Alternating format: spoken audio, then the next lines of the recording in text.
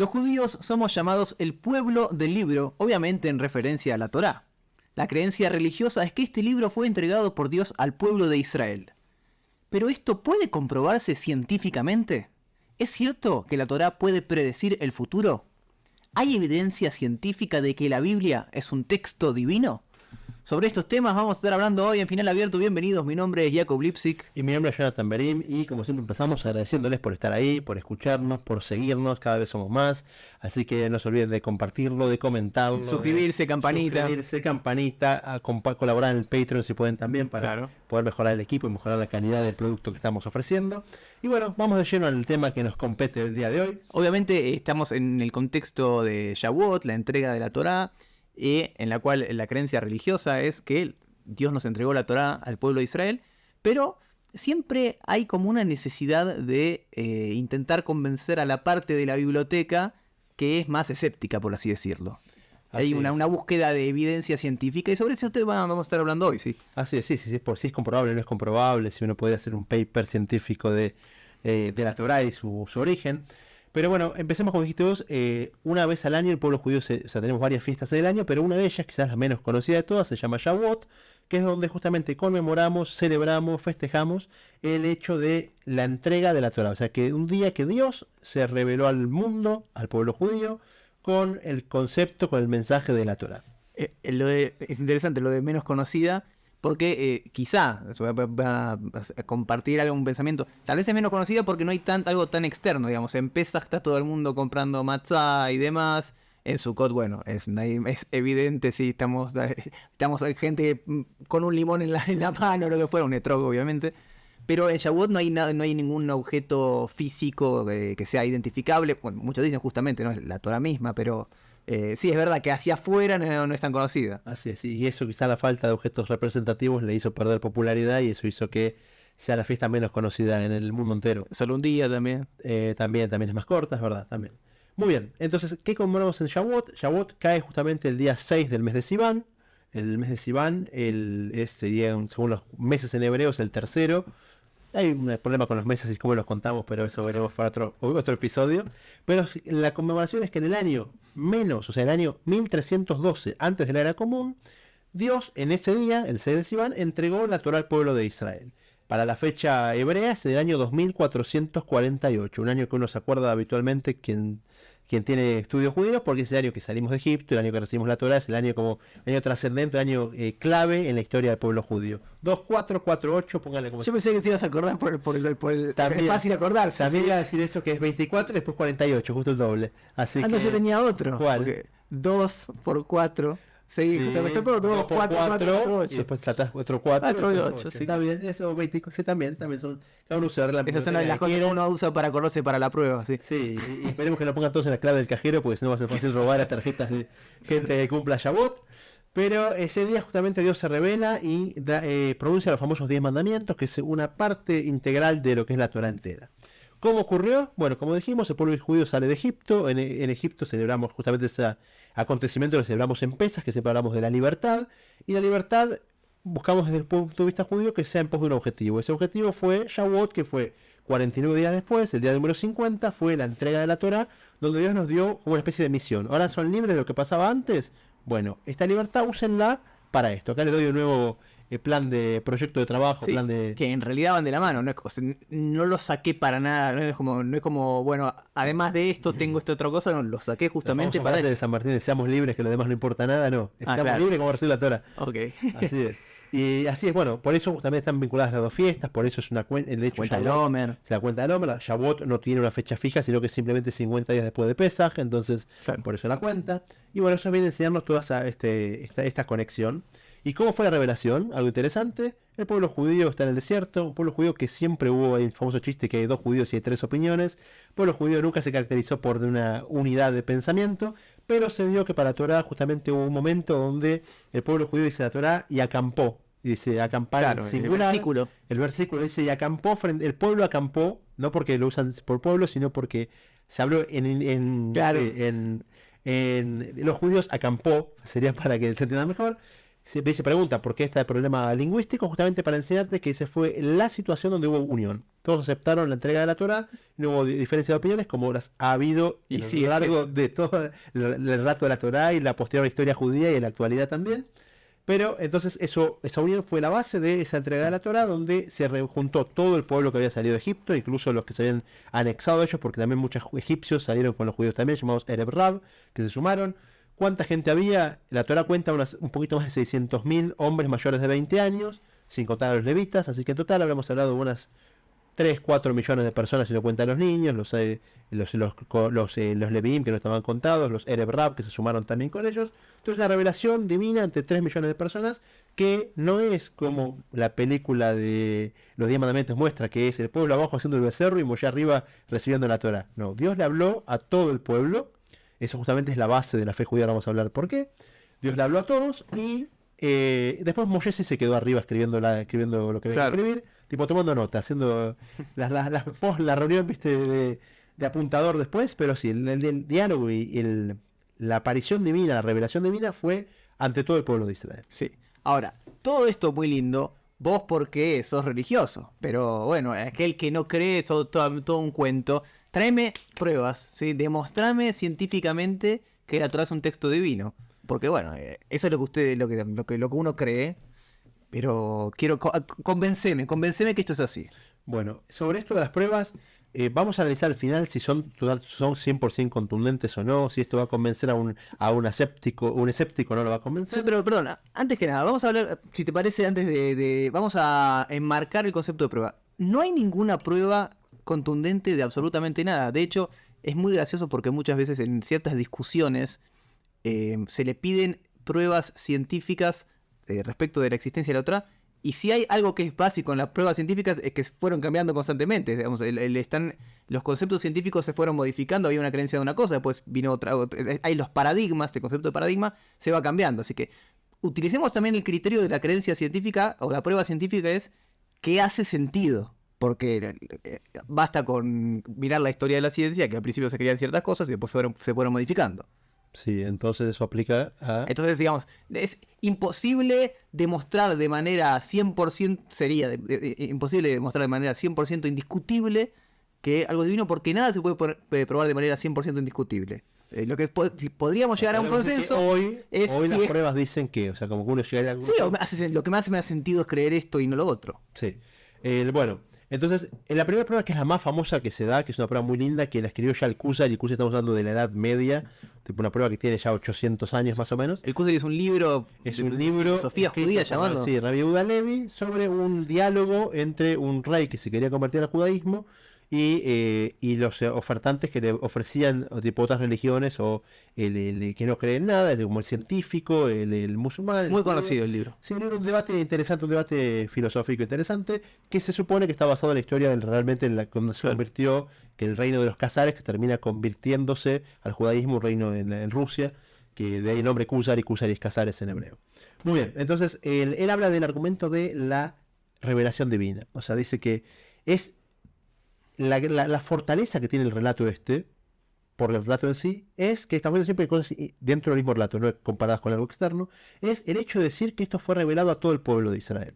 O sea, no fue que dijo, ¿sabes qué? Vino uno, ayer me habló Dios y les voy a contar lo que pasó. Que, perdón, eso sí es lo comparado con otras religiones. La mayor parte de las religiones surgen de un relato individual. Es una persona que le cuenta a otra, o es un grupo de 5 personas que escucharon algo, o 10 que escucharon a otro. O no sabes, me habló Dios. Tal cual, me habló Dios, que el pueblo judío empieza diciendo, ¿sabes qué? Dios nos habló a todos. Y es una mentira muy difícil de incorporar, si uno quisiera, si fuera mentira y uno lo quiere incorporar, es extremadamente difícil. O sea, ¿sabes qué? A tu abuelito le habló Dios. Y si mi abuelito le habló Dios, ¿por qué no me lo contó mi abuelito? Vas a ver, como si la invención fuera más tardía.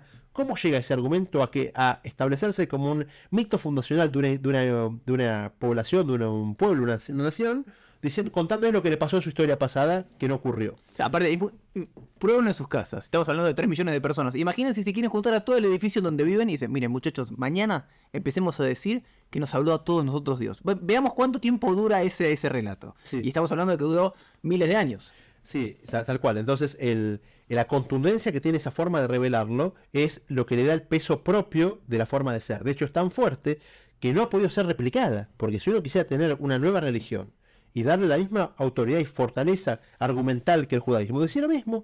Dios se los reveló a todos en el monte, no sé, en el Himalaya. Chingolo. Sí, en el monte, en cualquier monte, los ovnis. Es un monte los ovnis, no sé, los ovnis en Córdoba, ¿cómo se llama el monte que la gente ve apariciones de? Uy, ya se ve venir acá. Bueno, la gente está ahí en el monte, ¿no sabes qué? A todos nos habló Dios ahí, y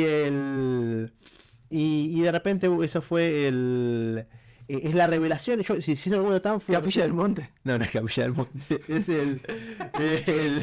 pero es entonces. El Unitorco. El Unitorco. Luego empecé la nueva religión, la religión de Córdoba, donde tenemos el Unitorco como nuestro monte sagrado, y ahí nos habló a todos Dios. Entonces, si el argumento es tan fuerte que no pudo ser replicado. El hecho de que nadie lo pueda haber replicado es que es solamente si es verdadero, puedes hacerlo así.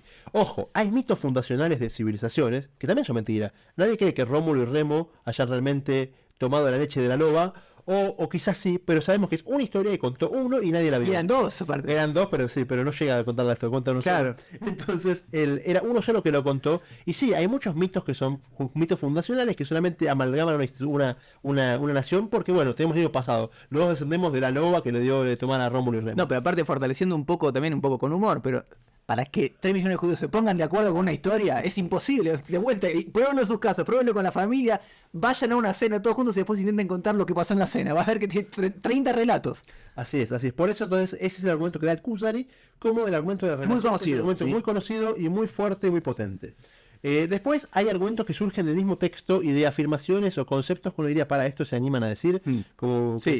Hay 2 temas. El último, el de este me lo guardo para el final. Pero el primero que quiero decir es el tema de Shemitah, que también se menciona muchas veces. Como sabrán, o si no saben, ¿hicimos un especial de Shemitah o hablamos? Hemos hablado de ese tema, del año sabático para la tierra, por así decirlo. Cada 7 años no se puede trabajar la tierra, no se puede cultivar. Hoy en día tal vez es más fácil porque tenemos importación. Entonces puede conseguir uno verduras o frutas del extranjero. Sin embargo, en una época que era absolutamente basada en la agricultura, cada 7 años la tierra tiene que descansar. Entonces la Torá dice que no se puede trabajar la tierra. La pregunta es, bueno, ¿y qué van a comer? La Torá asegura que en el 6º año van a producir una cantidad como para poder alimentarse, o sea, para el 6º y para el 7º.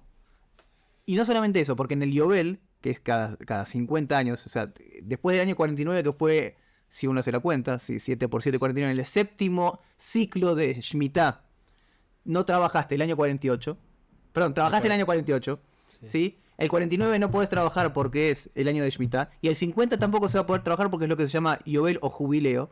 Así. Entonces, en el año 48 iba a haber cosecha por 3 años. Por el 48, 49, 50... No, perdón, y por 4, porque para el 51. Para que el comienzo hasta que llegue la nueva cosecha. Sí. En definitiva, cuando la Torá promete que si no se trabaja el campo en el año 7º va a poder haber comida en abundancia, si esto hubiera sido mentira, la religión judía hubiera durado 7 años. Porque la primera vez que la Shemitah no se cumple, dice, che, esto es todo mentira, no funciona. ¿Sí? Ningún texto se animaría a dar una prueba tan cercana. Digamos, si yo escribiese una mentira, decir, miren, cumplan esto y en 3000 años comprobarán que es cierto. ¿Sí? Pero en 7 años esto no dura mucho. Seguro, se cae con la misma... Exacto. Sí. Lo empírico destruye a lo teórico. Por ejemplo, esa es una de las pruebas que se da también. Sí, ¿sí? Hay muchas. Por ejemplo, está el concepto de los animales. En la Torá sabemos que está la dieta kosher, donde sí hicimos un episodio sobre kosher, que es casi seguro, ¿no? Que hay que poner el link para que la gente lo pueda ver. Ok, y refrescarnos la memoria también. Sí, también. Hicimos uno de kosher en el avión, ¿no? ¿Qué hora hicimos kosher? Ese era el viaje ortodoxo. Viaje ortodoxo, sí. Muy bien, entonces, por ejemplo, te dice que hay que comer animales que sean rumiantes y tengan la pezuña partida, mamíferos. Y te dice, y estas son las excepciones. Te dan las 4 excepciones que son o una u otra, que son solo rumiantes o solo pezuñas partidas. Y quizás pueden aparecer mucho más animales, pueden aparecer criaturas que en ese momento Moshe, por su geografía y su tiempo donde estaba ubicado, no hubiera conocido. No creo que Moshe haya conocido a la llama de América o al búfalo o otros animales que estaban en otros continentes que él no había llegado. Pero hizo afirmaciones que de repente son demasiado potentes y hasta peligrosas, te diría, porque se está jugando. O sea, si surge después la excepción a la regla, se derrumba todo. Claro. Entonces, son afirmaciones que animarse a hacerlas hace que o tenía una varita mágica el señor, o tenía información clasificada, manejaba información clasificada, o quizás sí hubo una intervención divina con información que no había en esa época. También aletas y escamas, ¿sí? La cuestión de los peces, de la kashrut, que eso también es...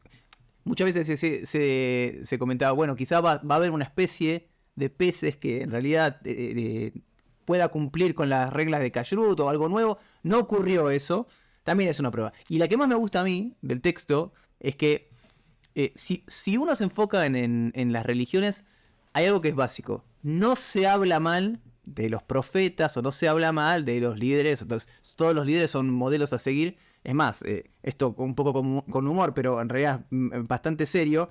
Hay religiones en las cuales ni siquiera se puede intentar hacer un chiste, un dibujo, que matan a cualquiera que haga un comentario al respecto. Sin embargo, en la Torá misma hay algo que es absolutamente sorprendente. Hay momentos en los cuales la Torá critica duramente a los líderes del pueblo, ¿sí? Para dar unos ejemplos, ahí está el caso de Miriam y Aarón. Miriam, que era una profetisa, ¿profeta o profetisa? Profetisa, ¿no? ¿Sí? Y Aarón, el hermano de Moshe, los dos hermanos, Miriam y Aarón, la Torá dice que ellos cometieron una transgresión hablando mal de Moshe. También tenemos que los hermanos de Yosef, que son la raíz del pueblo de Israel, ¿sí? la raíz de las tribus de Israel, que se comportaron de manera tremenda con su propio hermano. Tamar y Eudá. Hay un montón de historias en las cuales sería ridículo si yo escribiera un libro quisiera inventar una religión, ¿sí? Hablaría maravillas y no habría nada malo de los líderes. Sin embargo, la Torá muestra los padres fundadores.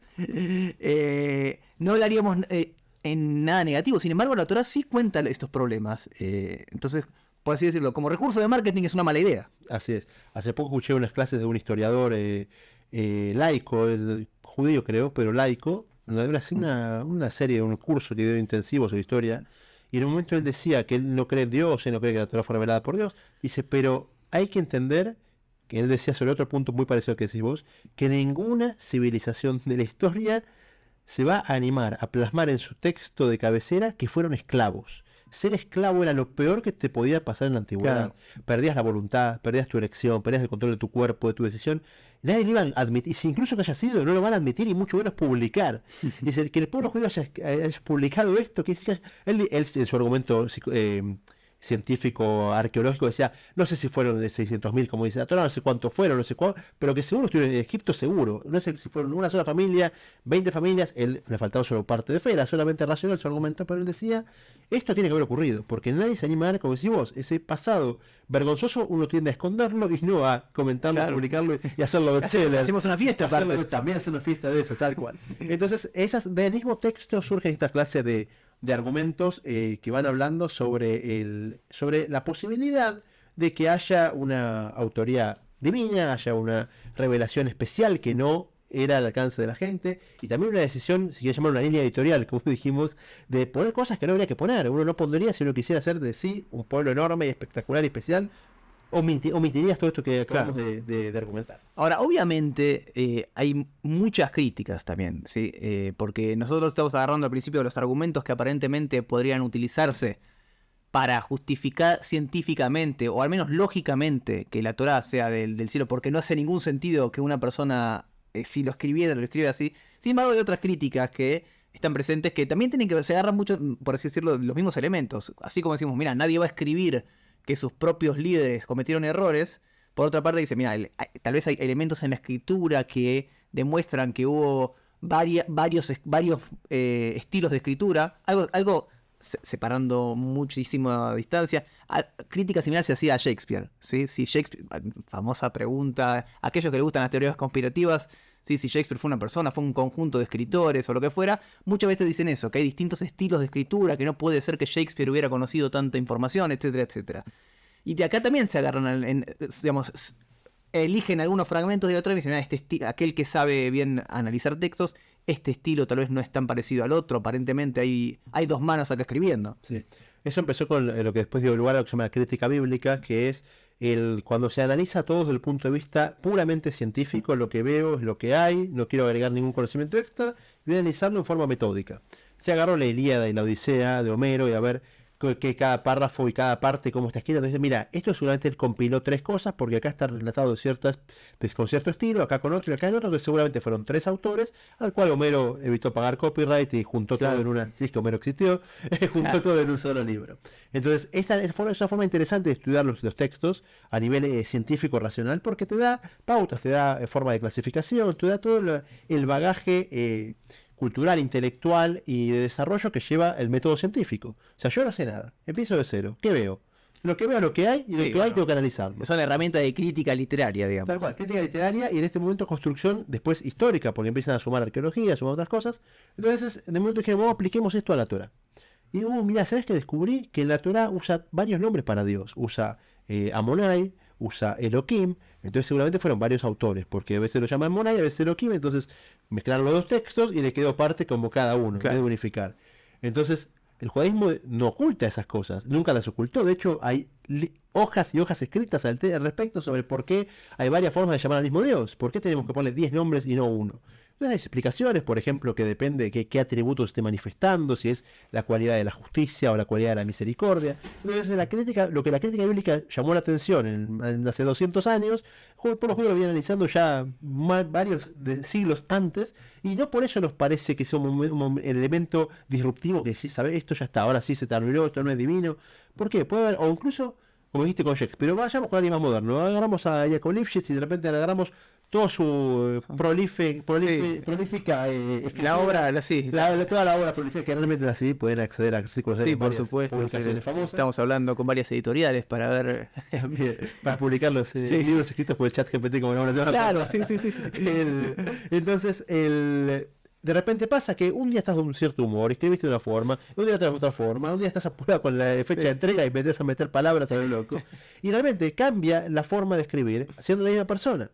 Ahora, es verdad, es probable que si cambió el estilo, también haya cambiado la influencia, haya cambiado la persona y su época de su vida, o que sea otra persona. Sí. Ahora, de ahí a decir que son una junta de textos distintos, no es quizás no es una ciencia exacta lo que están planteando. Esa crítica sí, puede tomarse como argumento válido para investigar, para desarrollar, pero no necesariamente que sean contundentes y esto es total. De hecho, están las partes de las contradicciones. No, mira, esta acá se contradice la Torah. Entonces, tenemos que hablar todo. Por ejemplo, el primer capítulo de la creación del mundo con el segundo capítulo de la creación del mundo.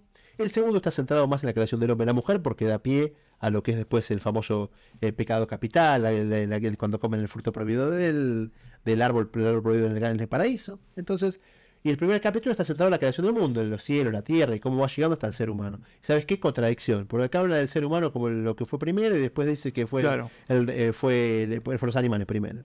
Y no, la verdad que son formas literarias de agregar contenido a la información original. ¿Se contradijeron? No necesariamente. Cuando uno se puede analizar, y esto es contradicciones que son bastante evidentes. Hay cosas que son ya contra rebuscadas. Me ha pasado en discusiones en redes, en Twitter. No, porque se contradicen con esto. Dice, ¿por qué festejan Pesaj el 15 de Nisan, cuando la Torah dice que Pesaj es el 14? Y vos agarrás la Torah y lees que el Corbán de Pesaj, el sacrificio, se hacía el 14 para comer el 15. Entonces, como que hay argumentos más sólidos y menos sólidos para estas clases de contraargumentos. ¿Cuál crees? O sea, vamos a decir así. Después hagamos una reflexión, me parece, de lo que cada uno opina, pero ¿cuál te parece que es el argumento desde el lado más científico más fuerte? A mí me da la impresión, muchas veces cuando escucho a alguien que intenta racionalizar algo que desde mi óptica tiene que ver con lo divino, es que pasa por el lado de la arqueología o los datos históricos.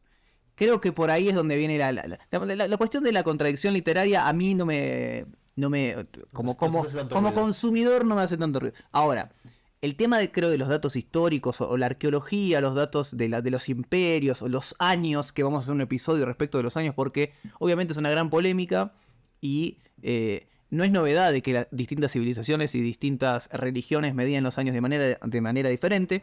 Sin embargo, creo que siempre cuando lo escucho me parece que ese es el punto más fuerte que hay del otro lado. No sé, ¿a vos qué te parece? Yo creo que si de todos los argumentos que hay en contra, creo que el más sólido es el tema arqueológico.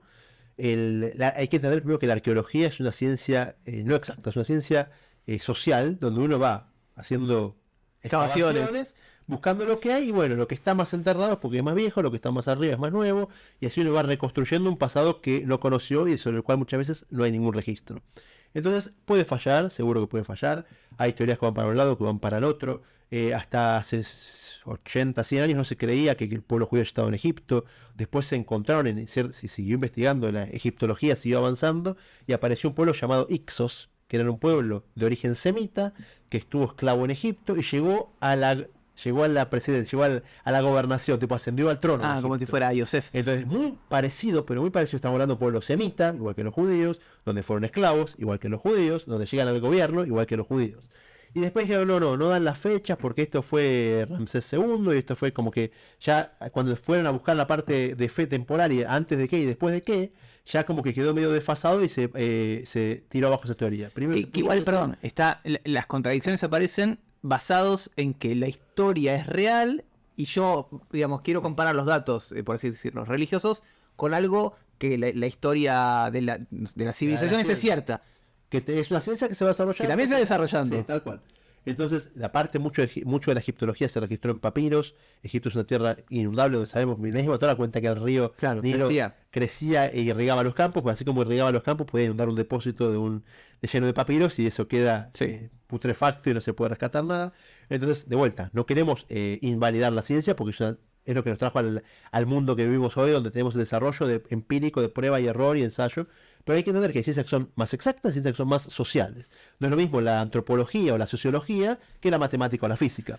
Entonces, cada una lleva para otro lado y puede a veces no estar tan equilibradas en lo que estoy diciendo. Y por eso es un argumento fuerte, sí, pero de vuelta, hay cosas que se van investigando y al día de hoy se siguen investigando como que se van descubriendo. De hecho, una época, un argumento muy fuerte, cerro con esto de la parte arqueológica, que decía que la Torá era mentira porque la domesticación de los camellos ocurrió 300 años después que Abraham vino. Entonces, si hacían la cuenta, te daba que en la época de Abraham los camellos eran camellos salvajes y la Torá te cuenta cómo iban a camello y volvían a camello. Camellos salvajes, una buena película. Está bien, el próximo podcast. Entonces, pero ¿qué quiere decir? Entonces, después descubrieron que, mira, hasta que encontraron una granja con elementos de domesticación de camellos anterior, fue 200 años antes de la domesticación de camellos. Entonces, como que las pruebas son hasta ahí, es lo que encontraste ahora. Hasta ahora no encontré nadie que tenga camellos domesticados en la época de Abraham.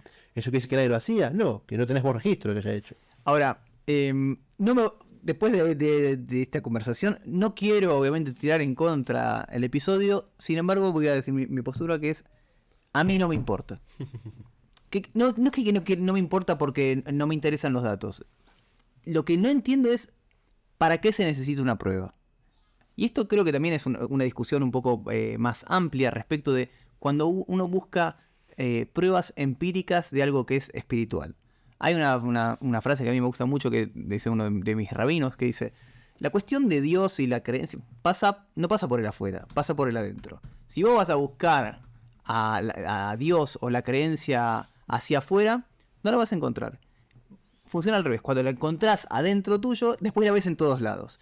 Entonces, esta discusión me parece que generalmente con las personas con las que uno discute, por más que uno le pueda probar negro sobre blanco que la cosa es real, muchas veces va por otro lado de discusión. Incluso son, digamos, argumentos y contraargumentos que van y vienen. Creo que la cuestión de la fe no es que, no digo de una creencia de un tonto, creo que la fe está por encima de lo racional. Esa es mi óptica. No creo que en esta... Muchas veces me da la impresión que en estas discusiones ninguno de los dos lados se va a poner de acuerdo. No sé cómo lo ves vos. Pero a mí la comprobación científica no me mueve ni para un lado ni para el otro la cuestión de la creencia en Dios. Sí, en mi caso tampoco. Lo que sí es interesante es hacer la diferencia entre validez científica o convencer al convencido. Lo que es parte de lo que dijiste vos. Una persona que está convencida de que la Torá es verdad, porque lo heredó, porque lo estudió, porque una revelación propia, porque le gustó el modo de vida, la filosofía de vida, después toda prueba científica que le das le suma a fortalecer su fe.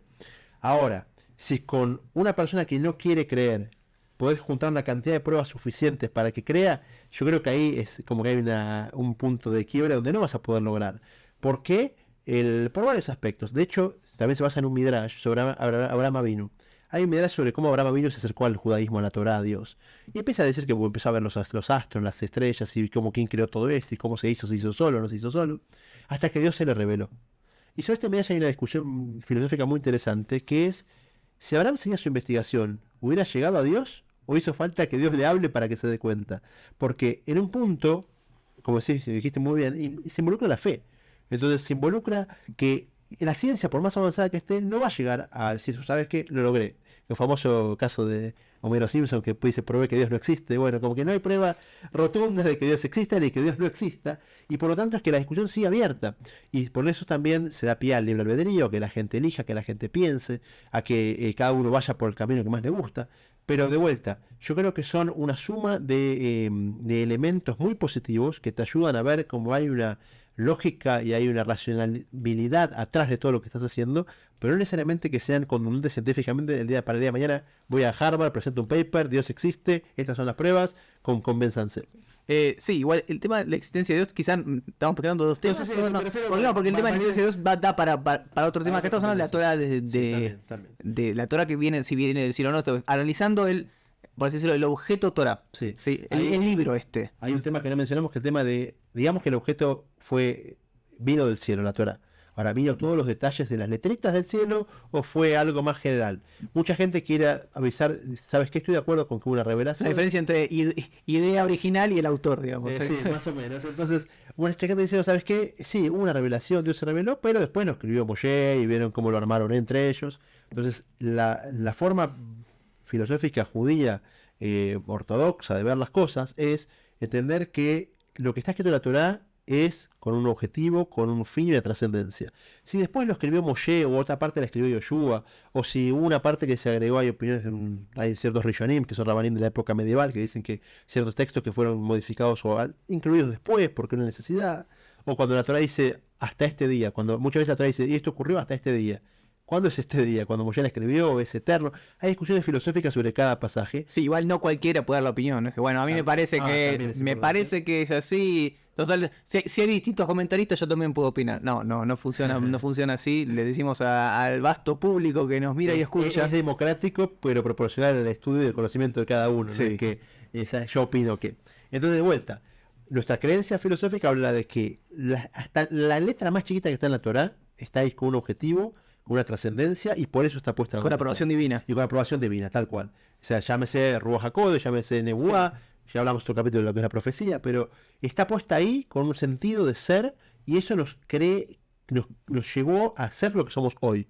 Entonces, por eso es que la Torá es Min HaShamayim, donde cada parte está puesta con un objetivo y un sentido, y está escrita parte por Moshe, parte por Yeshua, pero de vuelta, ya deja de ser trascendente quién la escribió, importa el contenido que se aprobó. De hecho, una vez escuché que un rab hace poco se encontró los manuscritos de un rabino que se pensaban desaparecidos. El Ritva, se encontraron un nuevo Ritva, no, pero ese no es el original, yo tenía otro, no, por ese lo escribió. Hubo una discusión sobre manuscritos y quién había escrito cada cosa. Y la gente terminó dando más fuerza al que venía de antes que al que se probó científicamente que era el original. ¿Por qué? Porque uno me dijo, lo que le da santidad es las miles de horas de estudio que tiene sobre ese libro, donde se comprobó su veracidad, se chequeó con otros, se fue avanzando en la historia y construyendo un poder especial que le da al texto, no solo la repetición, porque no es solamente repetir un dogma, sino que el estudio en profundidad, la concentración, y este amor por los textos y por lo que tenemos surge del concepto de Torah Min HaShamayim, donde entendemos que Dios lo reveló, Dios lo entregó, Dios lo aprobó, y Dios lo mandó a circular, como que fue el editor en jefe. Sí, pues quizás no haya escrito agarrar la pluma y el papelero, el cincel y la piedra, o el teclado de la computadora. Pero sí es lo que le da la validez para crear todo lo que creamos después. Bueno, con esta reflexión, este resumen, de vuelta, la postura, obviamente, los invitamos a comentar, a discutir siempre que sea con respeto y con altura. Obviamente que también en las redes pueden compartirlos, dejar sus comentarios, etcétera, etcétera. Creo que también... siendo final abierto un programa que surge de dos personas que son creyentes, la postura al menos del programa, no del programa, mi postura, vos crees lo que vos quieras, pero... Después discutimos en los comentarios. Sí, la Torah, como decimos, la Torah Min HaShamayim, la Torah le entregó Dios para el pueblo de Israel, y yo quiero, lo único que mencionar esto, también uno a veces tiene que ser bastante sincero, sobre todo porque ahora que estamos grabando se celebra Yom Yerushalayim. Esto lo digo por una situación en la cual hay veces que en la cual uno puede elegir qué desea ver, ¿sí? No es un programa dedicado a Yom Yerushalayim, pero a veces uno dice, mira, esto es obvio que hubo un milagro, es obvio que esto no fue simplemente de la mano del hombre, y el otro dice, no, esto todo se puede explicar de manera racional en la mano del hombre.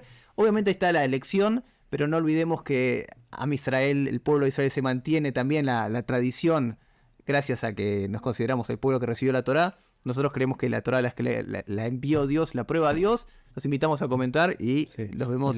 Sí, antes que nada, muchos caemos en la facilidad de decir lo que yo digo es lo correcto y el otro está loco. Entonces, el que es puramente científico dice, la ciencia es la verdad, el que piensa que Dios existe es un tonto, Sí. es un analfabeto. Y el otro piensa, no, Dios existe, yo tengo pruebas científicas y el otro es un analfabeto. Y la verdad es que es bueno dialogar, es bueno compartir, es bueno no volverse un extremista de su opinión, porque siempre uno puede aprender de los demás, pero como bien dijiste, nuestra opinión es la que transmitimos, así que les invitamos a compartir la de ustedes en los comentarios y nos vemos en la próxima.